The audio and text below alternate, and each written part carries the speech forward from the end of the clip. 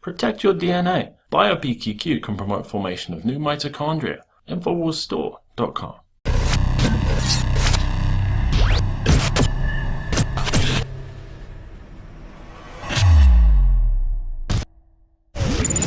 Not being satisfied with laser weapons that are both invisible and silent, companies like Boeing have announced that they're going to be taking their laser weapons to the next level.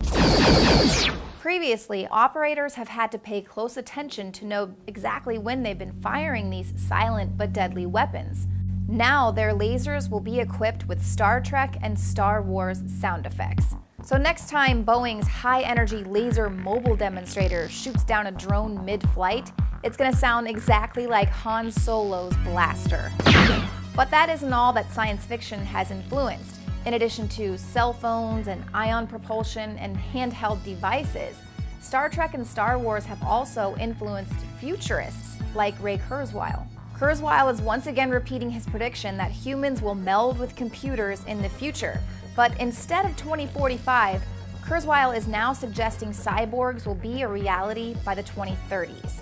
The director of engineering at Google said that people will soon be able to connect their brains directly to the cloud and augment their existing intelligence with thousands of computers. Thanks to DNA nanobots making the connection, our thinking will become a hybrid of biological and non-biological thinking. Kurzweil adds that by the early 2040s, people will be more like machines than they will be human. And he even suggests that we'll be able to back up our brains like a hard drive. But guess what? Star Trek already conquered this territory in the 90s. I am the Borg. The cyborg represents the dark side of humanity, what happens when technology falls into the wrong hands and is used to dehumanize us. The Star Trek Borgs became one with their technology. It stripped them of their humanity and their individuality. They became like zombies in a metal shell. They were now part of a collective network on a vast computer system controlled telepathically by this mysterious Borg queen. Kind of makes you think there's a possibility something could be telepathically controlling us if we ever were to upload our brains to the cloud, as Kurzweil suggests. Assimilate this. And even though we hear the word singularity by 2045, the fact is, man merging with machine has already happened. Professor Kevin Warwick is head of the Cybernetics and Robotics Department at Reading University in the UK.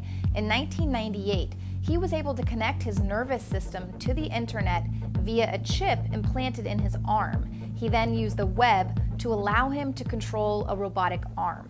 And that was in the 90s. And he, like Kurzweil and other transhumanists, give this ominous warning that by not upgrading, we would be considered subspecies in the future. And surprise, surprise, artificial intelligence is one of the topics up for discussion at this year's Bilderberg conference.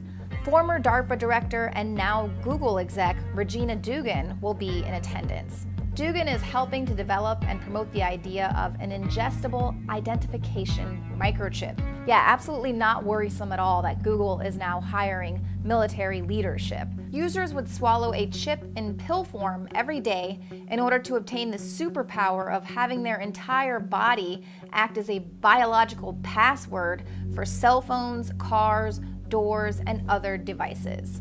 But I'm sure it means absolutely nothing that artificial intelligence will be discussed this week at a top secret meeting of the world's power brokers, when people like Elon Musk and Stephen Hawking have warned that artificial intelligence has the potential to destroy humanity if it falls in the wrong hands. I have one simple request, and that is to have sharks with frickin' laser beams attached to their heads.